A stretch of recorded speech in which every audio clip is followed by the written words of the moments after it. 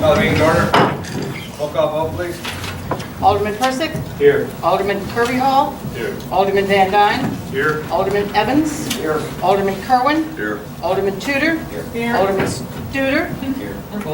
7 present, 1 absent. You have a quorum. Thank you. Declare the regular meeting of the Wilmington City Council on January 6, 2015 is now in session.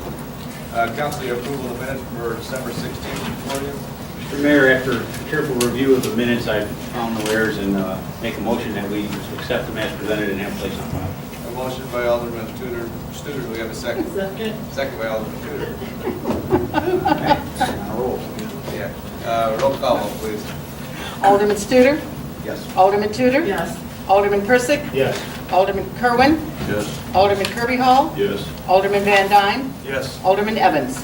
Yes. 7 yes, 1 absent. Motion passes. Mayor's report, just a few things to report. As everybody knows, we're experiencing extreme cold weather tonight. Nothing new for us Illinoisans, Wilmingtonians, or however you want to say it. We go through this every year.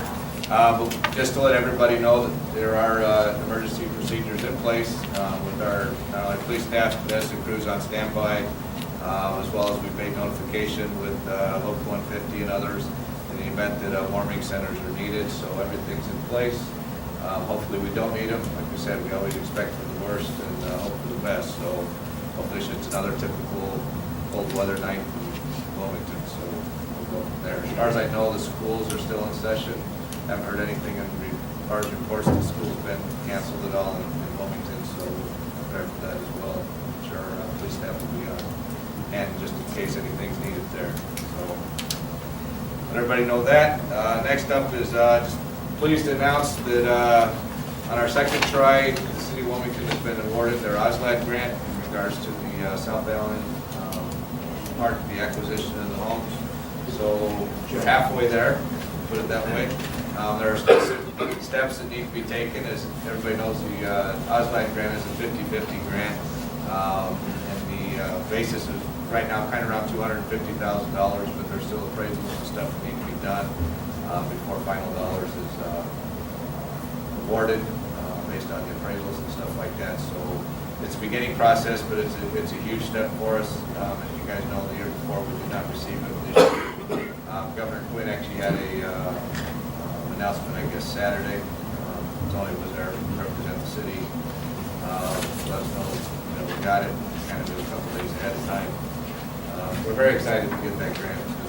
Just kind of that one small step that we go towards our vision. So we're excited about that as well. And lastly, but certainly not least important, is as we all know, police officers have been prevalent in the news through situations that have arisen nationally. But I think, as we always know, I know personally, I always got our police officers' backs that are doing extremely well for the city. And we have some, luckily, have a couple of them here tonight. But in doing so, there is a National Law Enforcement Appreciation Day, which is established for January 9th, 2015.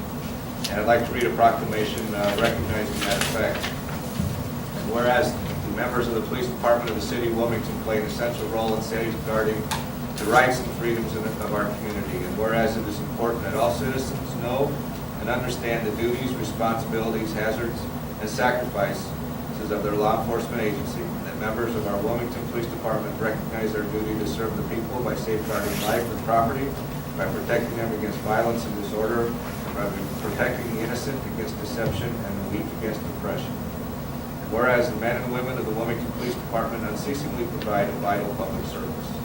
Now therefore, let it be proclaimed by myself and the Council of the City of Wilmington that January 9th, 2015 be recognized as National Law Enforcement Appreciation Day.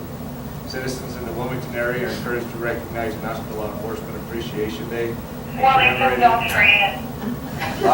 officers, past and present, provide their faithful and loyal devotion to their responsibilities, have rendered a dedicated service to their communities, and in so doing have established for themselves an enviable and enduring reputation for preserving the rights and securities of all citizens. And as we know, they're on duty 24/7, 365 days a week. They always have radio on.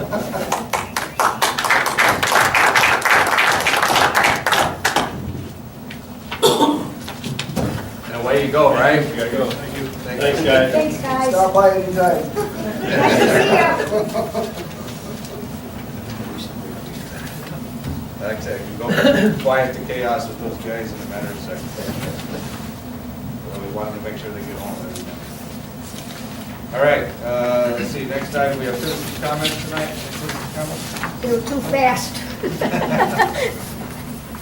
Planning and zoning commission, we do have a motion on the final site plan approval. Jody? Yes, I have that.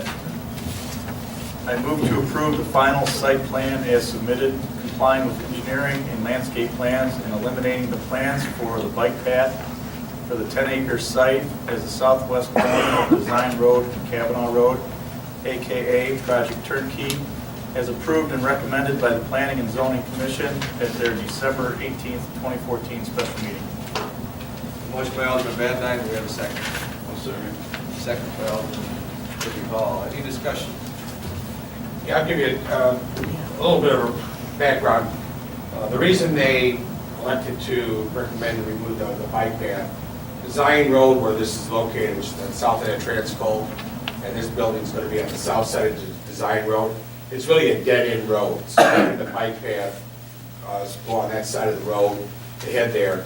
So the dead end is where the Burlington Northern Santa Fe lines are going to be located. The spur's out there already, and plus they're putting 4 more lines, train lines out that way. So there's, the bike path really is going to be a dead end, and it's not going to connect to anything at that point. So they really thought it was not compatible too for people to be walking, the bike path is for bikes, to be walking that area. So they are going to be looking at an overall connection of a pedestrian pathway for that, what they're calling a food court area, to where they can get back to Grass Camp. But for this project, they thought it would be advisable to have it on their side of the road. So they said to remove that bike path.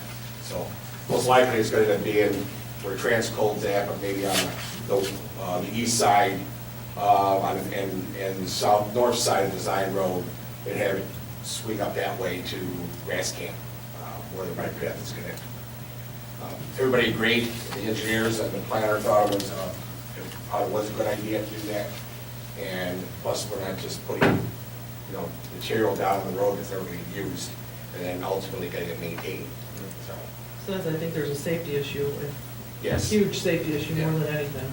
Yeah. I think what's always nice is, the bike pedestrian paths are part of the overall plan with Bridgeport. If you go to some of the newer intermodals or industrial parks, you'll see those type of paths throughout those industrial paths where if you're in there, that area at lunchtime, I've been up in Bolingbrook several times, and you see those paths, and you see a lot of the employees that work in those places utilizing those paths. So to see that it's part of that whole master plan of the, of Bridgeport's industrial park is good to see. But yeah, for this area, I don't think it might not work. And in the annexation agreement, it had that language, it had to be along all main thoroughfares. Well, this really isn't a main thoroughfare, but they thought they'd rather bring it up that way and then get it exempt. So I think everything else was good. They did do some revisions based on the planning commission when they had the preliminary review of the site plan the month before, and that helped out a lot with looking at the access points and the turnarounds, and that's why they approved everything at night. So everything's really been kind of set, project turnkey. When's their anticipated?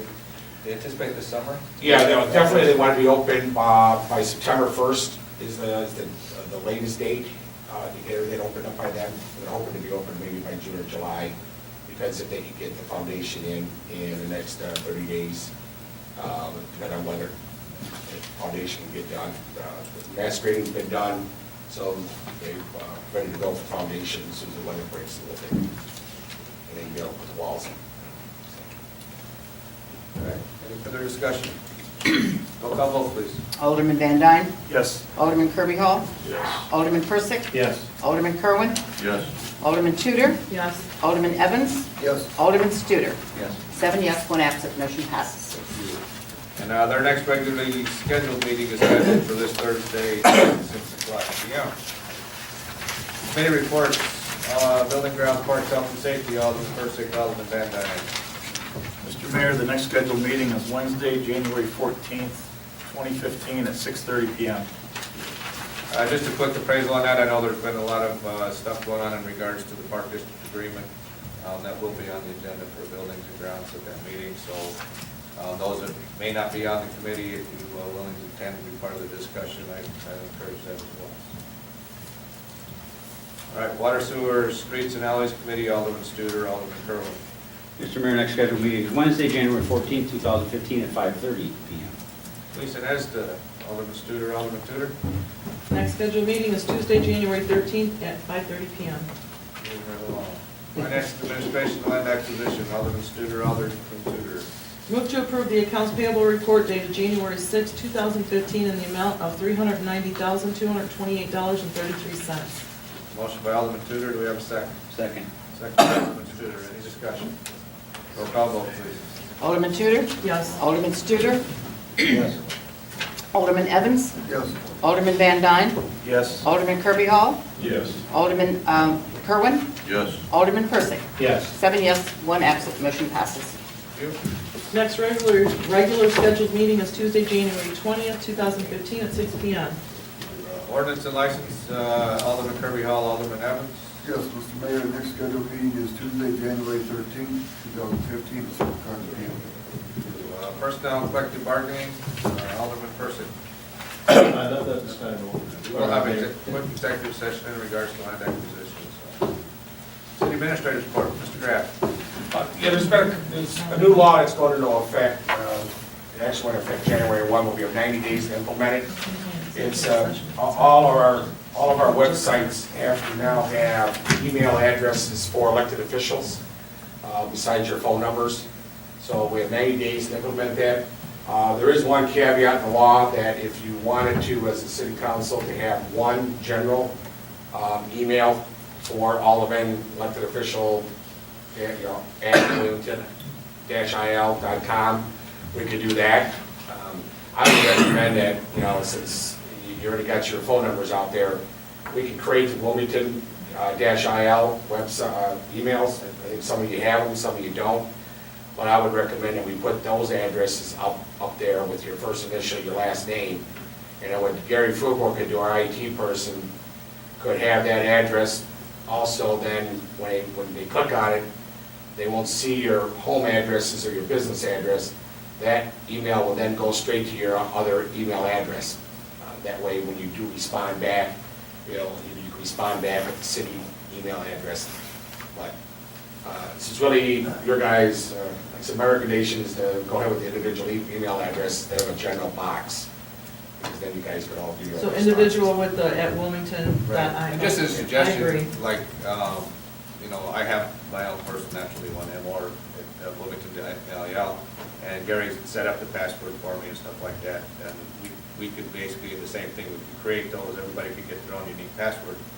But with the advent of smartphones, it's great because you can actually, it's a Gmail account basically, goes to a Gmail, and you can actually put that account right on Gmail, on your smartphone, and if anybody gets anything, it comes right to your Gmail, right to your smartphone, you can read it there, you can respond through there.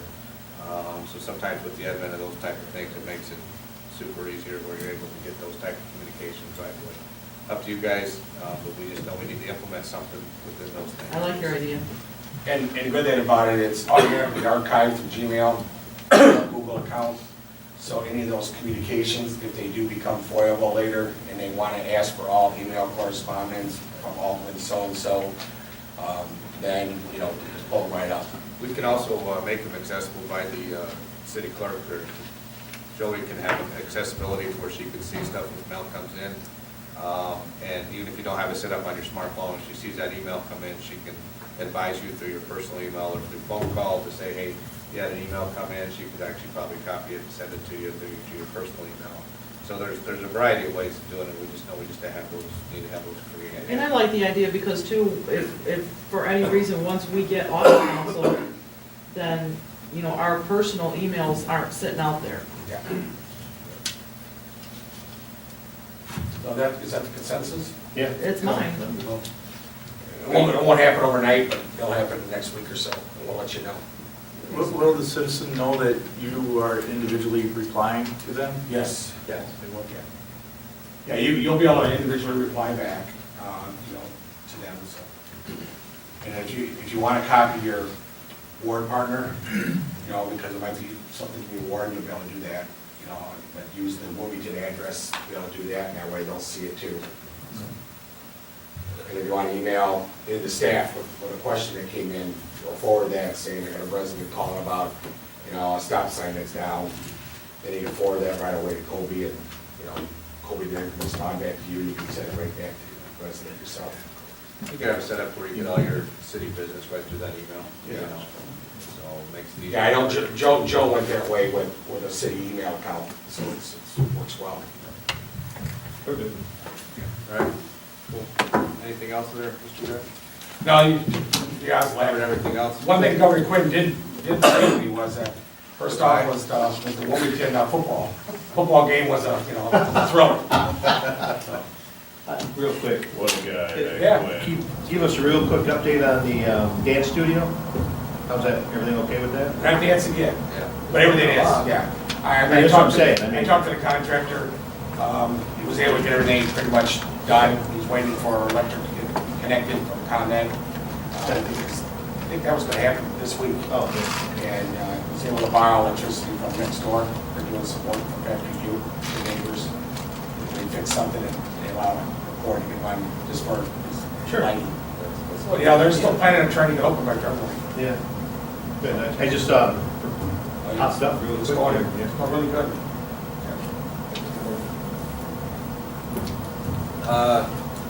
Attorney's report, Mr. Urban. Thank you. Since the last meeting, I've been involved in a few matters for the city. I've done some research in regards to property taxes and any transfers of ownership for a couple of parcels that need to comply with these ordinances. Also been involved in dealing with a landowner along Arsenal Road, which the city is interested in acquiring some right-of-way. And also reviewed the city ordinance and also state statute in regards to plumbing code, in regards to some sewer utility backups. And also been involved with the situation at the new police station.